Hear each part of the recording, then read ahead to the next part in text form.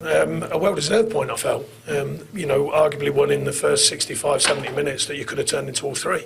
Because the chances we created and some of the football we played, I was very pleased with.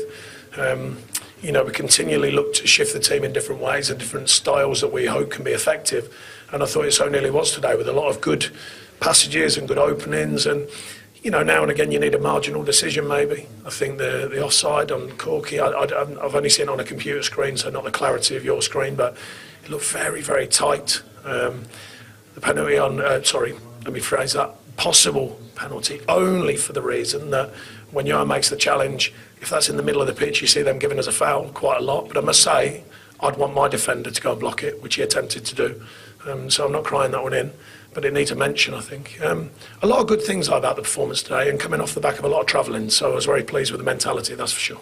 Certainly at times and passages of play, you look more like the home team. You had a lot of possession, controlled the game. Yeah, well, I thought that the depth of the side was good in possession.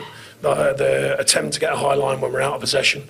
Most managers want that mixture to be right. The pressing lines were good. The shape of the side was good. And overall, a very pleasing performance. And a clean sheet away from home is always a good thing, and it shows a sign, especially at the end when they came back into it. They had a change of shape, I think by default, because of an injured player, and that seemed to settle them down a little bit, and then they came back into it more. But then we had to show a different side of ourselves, which we've done many times. We defended resolutely, kept our shape, and there was bodies on the line when needed.